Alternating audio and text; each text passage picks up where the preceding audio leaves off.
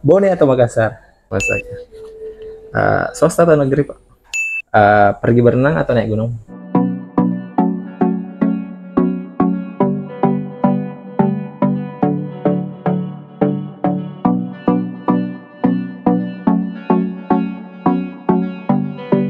Assalamualaikum warahmatullahi wabarakatuh. Waalaikumsalam warahmatullahi wabarakatuh.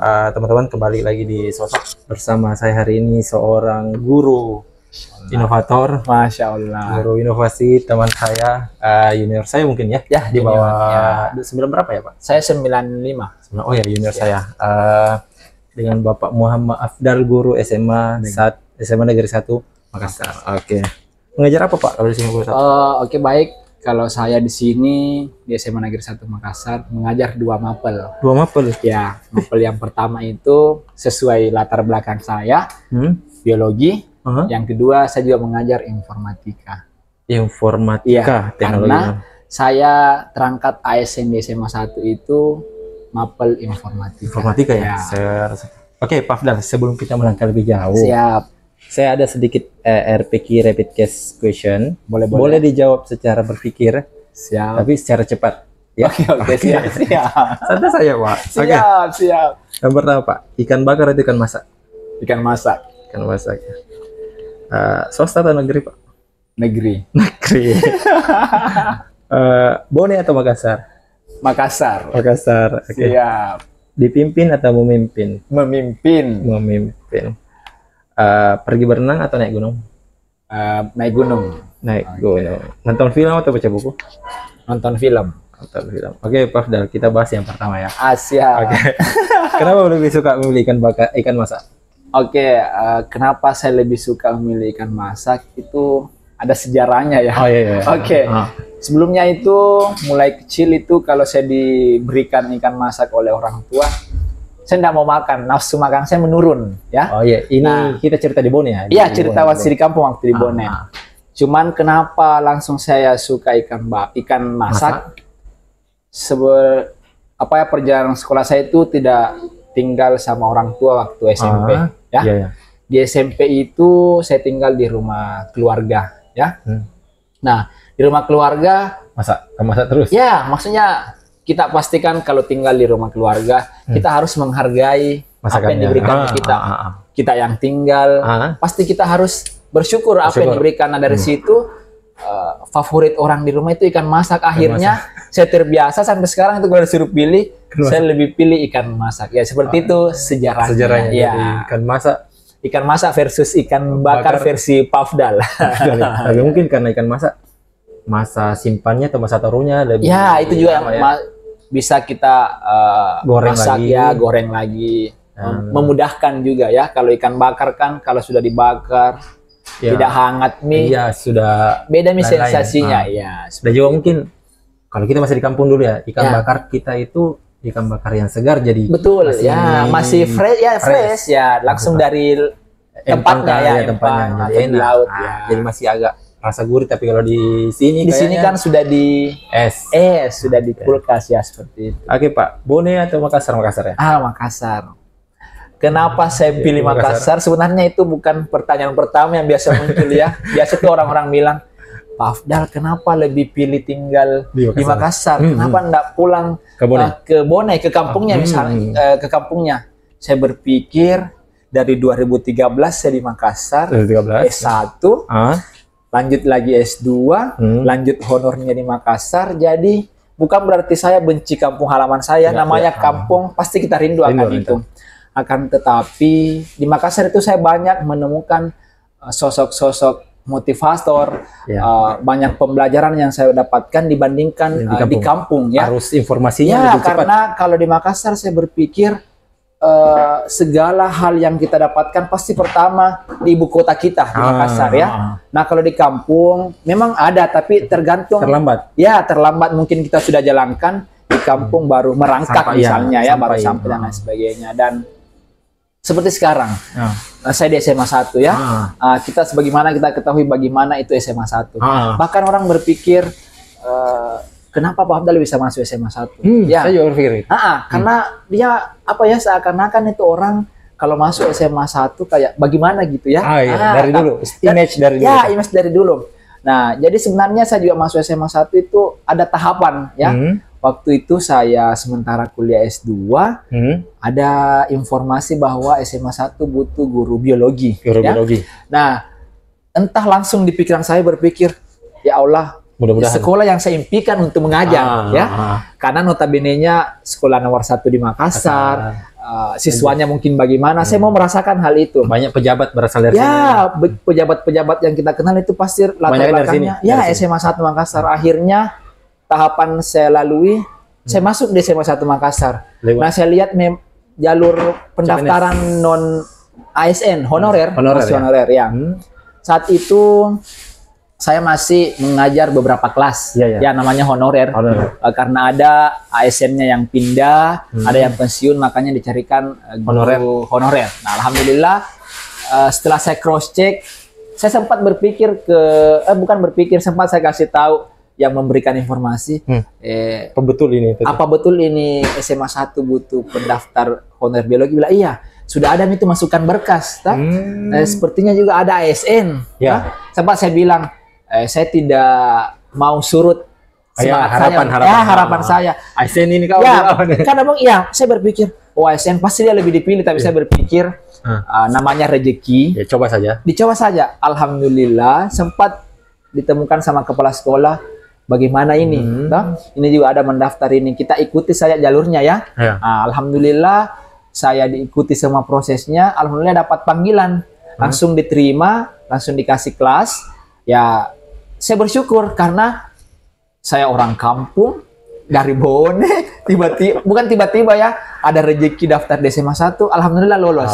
Nah, padahal teman-teman berpikir, hebatnya Pak Afdal bisa masuk SMA 1, bilang, bukan saya yang hebat, tapi orang-orang di sekeliling saya yang membantu saya. Seperti itu. Sekedar masukan saya penontonnya. Kebetulan saya dengan Pak Afdal itu tetangga kampung. Ya, betul. Satu Tondra, satu Mare. Ya. Tapi memang dari dulu sejak saya kecil itu kita selalu punya istilah itu acan atau Mare. Ya, betul. Betul, itu bukan berarti mengangkat derajatnya atau apanya, tapi memang dari dulu itu. Dari dulu terkenal istilah itu seperti itu. Acan atau Mare, karena hampir seluruh kaprodi yang saya kenal apapun itu pasti Mare. Dan di Mare itu teman-teman, meskipun dia rumahnya rumah kayu atau apa, tapi kalau kalian lihat dia menjemur pakaian, pasti ada baju PNS. Betul, ya. Pasti ada baju PNS. Betul, ya. Jarang sekali tidak ada baju PNS. Betul. Sedikit tambahan juga, karena ini saya lahir dari seorang PNS. PNS juga. Ya.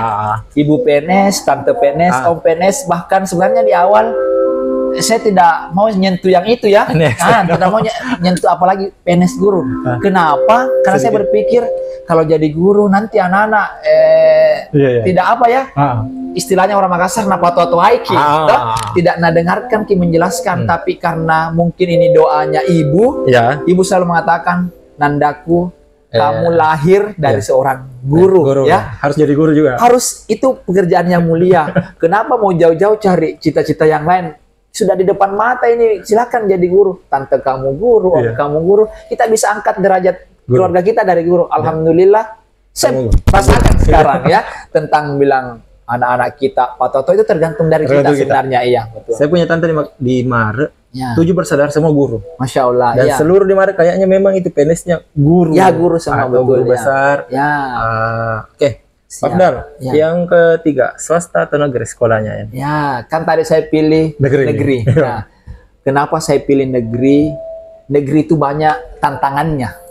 Ya, iya. Banyak tantangannya. Kalau mungkin orang bilang swasta lebih apa ya istilahnya, orang kalau bekerja di bawah tekanan, orang biasa merasakan pressure-nya lebih tinggi. Oke, karena saya juga sudah pernah di swasta, juga pernah di negeri. Tapi kalau di negeri itu justru banyak tantangannya yang itulah dibutuhkan sosok kita. Kenapa saya katakan seperti itu? Sekolah negeri sekarang kan ada jalurnya sonasi, afirmasi, prestasi, dan jalur yang lain perpindahan orang tua. Kenapa saya bilang banyak tantangannya? Di negeri itu, apalagi kita di Sulawesi Selatan ada apa ya? Itu anunya Pak Gubernur, apalagi terobosannya. Angka putus sekolah diturunkan atau maksudnya kita cari orang-orang yang mau sekolah. Nah, pasti kalau orang-orang yang mau sekolah di dalam hal seperti ini itu susah kalau di swasta. Oh iya, bayar mahal. Pasti diarahkan ya karena ada pembayarannya. Diarahkan ke negeri. Kenapa saya bilang tantangannya? Anak yang mungkin motivasinya kurang, ya, dimasukkan sekolah. Nah, disitulah peran kita guru menghadirkan sepenuhnya bahwa kita ini mendidik, kita ini mengajar untuk memotivasi anak-anak kita. Kita harus sekolah, nak, ya. Belum lagi yang berlatar belakang ekonomi menengah ke bawah, pasti dia bilang kurang semangatku sekolah, Pak. Tidak ada uangku. Uang bukan, kalau saya bilang, orang bilang uang adalah segalanya, justru saya bilang uang bukan segalanya, ya.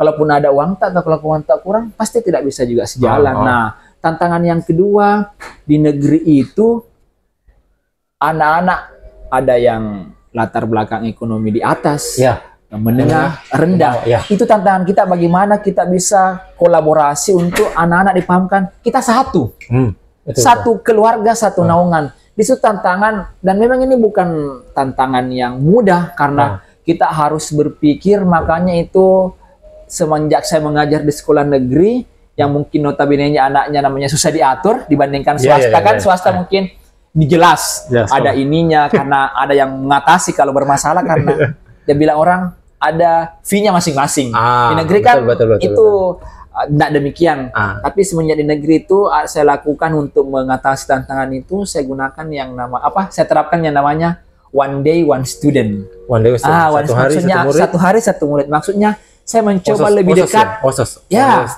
Mencoba lebih dekat sama murid itu. Nah, saya lihat potensinya dulu di awal, saya ambil biodatanya. Oh, ini anak yang butuh perhatian. Nah, dari situ sedikit cerita, saya pernah dapatkan di sekolah, salah satu sekolah negeri yang tempat saya sekarang mengajar, itu anaknya broken home, broken home. Memang guru-guru melapor, Pak Afdal, ini anak walinya jarang kerja tugas, masuknya terlambat. Kenapa seperti ini? Jadi saya bilang, oke, terima kasih masukannya, Bu. Jangan langsung justifikasi anaknya nakal.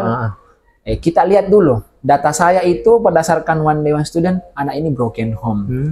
Saya pernah panggil, sempat dia ada haru pada saat itu. Kenapa? Dia berpikir, Pak Afdal, kenapa seperhatian ini sama saya? Nah, mungkin anak bilang, kenapa bilang seperti itu, nak? Orang tua saya acuh sama saya, sampai ini cowok loh, laki-laki loh ini, sampai meneteskan air mata karena merasa haru, ya. Saya juga bukan bagaimana, cuman saya bukan mau menguliti persoalan keluarganya, namanya kita sebagai pengganti orang tuanya, kita harus tahu, ya. Dari situ, alhamdulillah anak ini sudah kelas 12 sekarang, itu banyak perubahan, ya. Semenjak saya terapkan bimbingan itu dan saya sampaikan ke teman-temannya, alhamdulillah mulai rajin, tugasnya tidak seperti dulu sering terhambat. Jadi intinya itu tantangan kita di negeri itu jauh lebih besar dibandingkan dengan yang di swasta dalam hal mendidik dan mengajar. Di swasta kan boleh dibilang anaknya sudah siap ajar. Siap ajar, betul. Siap ajar, dan di swasta perhatian orang tua juga di swasta, dan perhatian guru-guru karena sudah ada pos-posnya masing-masing, itu jelas. Kalau kita di negeri kan bayangkan di SMA 1 yang ribuan siswanya, guru BK-nya hanya 2. Nah, itu bagaimana kita bisa membagi kalau bukan kita libatkan wali kelas atau guru mapel yang lain. Dan juga di swasta kayaknya bukan saya betul. Swasta itu kebanyakan guru-guru muda. Ya, betul ya. Guru modern.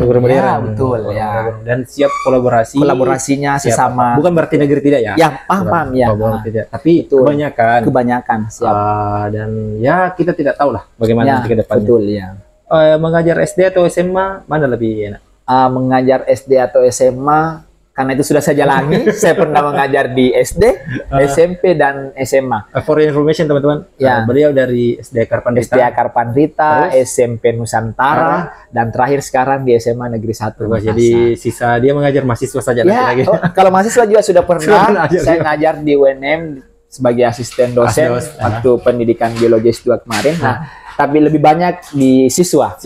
Kalau masalah nyamannya SD, SMP, SMA, mungkin masing-masing ada kekurangan ya. Tapi kalau saya lebih sukanya ngajar di SMA.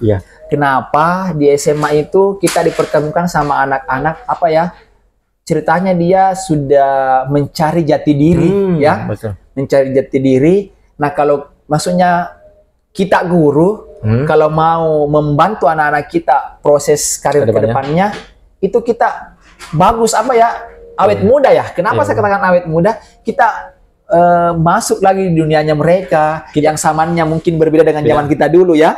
Nah, jadi have fun, enjoy. Kita kembali seperti melihat diri kita dulu ya di situ. Waktu kita dulu kan namanya orang-orang pernah bilang masa yang paling indah itu masa-masa SMA. Nah, dari situ kita masuk ke anak kita, bilang selalu seperti ini Nanda. Cuman kan memang kita tidak boleh samakan. Beda zaman. Generasinya sekarang dia sudah generasi Z ya seperti itu. Jadi saya lebih have fun ngajar di SMA. Nah, kalau berpikir di SD itu karena kemarin saya fokusnya teman-teman Olimpiade, jadi untuk penanganan gaya istilahnya perilaku anak-anak itu jarang, karena saya fokus untuk bahas tutor ya, bahas soal-soal sama anak-anak. Jadi Anda kemarin lebih ke tutor daripada ke gurunya? Ya, saya lebih ke pengajarannya dibandingkan mendidiknya. Ya. Kalau di SMP, karena SMP Nusantara kemarin saya tidak full, hanya beberapa hari. Tapi memang dibandingkan SMP dengan SMA, SMP itu masa peralihan ya. SD ke SMA, anaknya juga rada-rada kalau kita sifat anak-anak, kalau kita tidak sabar, tidak emosi memuncak. Dan itu pernah terjadi ya, pernah terjadi sama saya. Saya mengajar anak-anak biasa riuh dan sebagainya. Saya tinggalkan kelas. Tapi semenjak saat itu saya menyesal. Ya. Kenapa saya menyesal? Karena setelah saya mengikuti salah satu program pemerintah sekarang, pendidikan guru penggerak, itu kesalahan besar yang saya buat. Seharusnya saya tidak boleh meninggalkan anak-anak saya. Saya tetap berada di kelas. Bagaimana untuk tetap menenangkan suasana kelas itu. Mencari tantangan jawabannya. Intinya jangan salah sedikit. Kalau siswa ribut, salahnya mereka. Kembali ke kita, teman-teman. Seperti itu. Jadi FYY, teman-teman, FYI, teman-teman. Beliau dengan saya ini sama-sama calon guru penggerak angkatan 11 ya. Kelas 115. 115 ya. Oke, beliau di tapi beliau di kelompok lain, saya kelompok lain. Tapi kita sering sama-sama rukol. Betul. Jadi dulu SMA di Maret kan? Ya, saya SMA 1 Jalan Maret. Kaki atau sekarang naik motor? Sekarang SMA 2 Bone. SMA 2 Bone ya? SMA 2 Bone. Kalau Tonra kan SMA 10. Ya, SMA 10 sekarang, SMA 1 Tonra ya. Di 2000 berapa itu Pak? 2000. Saya 2013 tamat. Saya masuknya 2010. Oh, berarti ketika saya sudah kuliah. Kita sudah kuliah, saya baru masih masa-masa kenangan SMA. Di masa saya itu, saya cerita sedikit. Di masa saya itu, itu yang naik motor masih jarang. Betul. Anda SMP kayaknya deh. SMP. Masih jarang sekali. Iya, betul. Dan di masa Anda itu baru kayaknya motor sudah matic, sudah ada semua. Ya, betul, sudah ada variasi motor itu ya. Di angkatan saya 2010 karena seingat saya mulai bawa motor ke sekolah kelas 3 SMP. Jupiter set ya. Yang itu Jupiter set yang Elang, ya betul ya. Suaranya bagus ya, itu. betul. Biar yang ya betul ya merek ya seperti itu. Itu saya kelas 3 SMP kalau nggak salah di tahun 2010 ya. 10 ya. Sampai pernah jatuh namanya kita di kampung, beda medan jalannya, melewati sungai, mendaki gunung ya seperti itu. Oke. Pak Afdal, dipimpin atau memimpin? Memimpin ya. Apalagi kalau SMA sekarang begini ya. Kita harus jadi. Kita juga namanya kodrat kita sebagai seorang laki-laki kan ya. Bukan berarti kita tidak mau dipimpin ya, namanya kita sebagai khalifah di semua makhluk hidup itu di bumi, sebagai khalifah, sebagai pemimpin ya. Kalau dikaitkan dengan profesi saya sekarang, guru itu harus selalu digugu dan ditiru. Selalu kita memimpin ya, memimpin bukan hal memerintah ya, beda memimpin, beda memerintah. Intinya memimpin sama halnya memimpin proses pembelajaran yang dipimpin siapa? Anak-anak kita ya. Bagaimana kita arahkan mereka untuk tertarik belajar ya. Bagaimana kita menyediakan atau menciptakan pembelajaran yang inovatif yang mereka senangi. Jadi jangan melulu maunya kita yang dijalankan. Coba tanyalah sesekali ke siswa-siswa kita. Sebenarnya Anandaku sukanya seperti apa? Video, games. Itu tidak salah loh. Kita tidak menurunkan derajat kita sebagai seorang guru. Cuman saling memahami, apalagi dengan dukungan kurikulum sekarang kan Daya. Sekarang sudah kembali ke kita ya. Betul.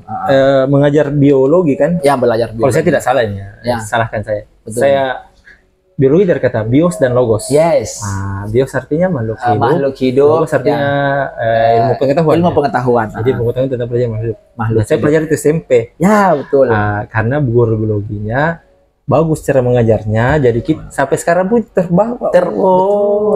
Masih terngiang-ngiang. Ini guru biologi saya yang ngajarnya seperti ini. Betul sekali. Kita masih belajar. Saya masih ingat karena saking bagusnya dia mengajar. Dikotil, monokotil, berkeping satu, berkeping dua, ya. Betul sekali.